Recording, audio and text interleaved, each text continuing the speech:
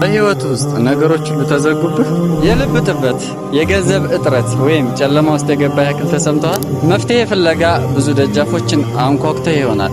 ነገር ግን ሰባቱን ሰማያት የፈጠረው ጌታ በአንድ ቀላል ቃል ብቻ ሙሉ ህይወት ሊቀይርልህ እንደሚችል አስበህ ታውቃለህ? ይህም ቃል ብዙዎቻችን ዋጋውን የማናውቀው አስተግፊሩላህ ወይም አላህ ሆይ ማረን የሚለው ትልቅ ቃል ነው። ይህ ዝም ብሎ የምላስ ልምምድ አይደለም። ይህ የዱንያም የአኼራም በሮች መክፈቻ ማስተርኪ ነው።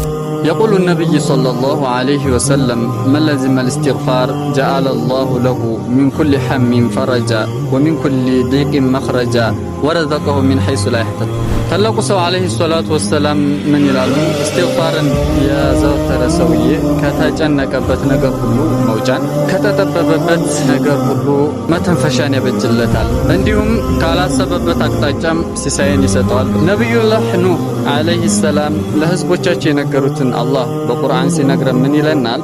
فقلت استغفروا ربكم إنه كان غفارا يرسل السماء عليكم مدرارا ويمددكم بأموال وبنين ويجعل لكم جنات ويجعل لكم أنهارا ጌታችሁን ማህርታ ጠይቁት እሱ መሐሪ ነውና አሏቸው።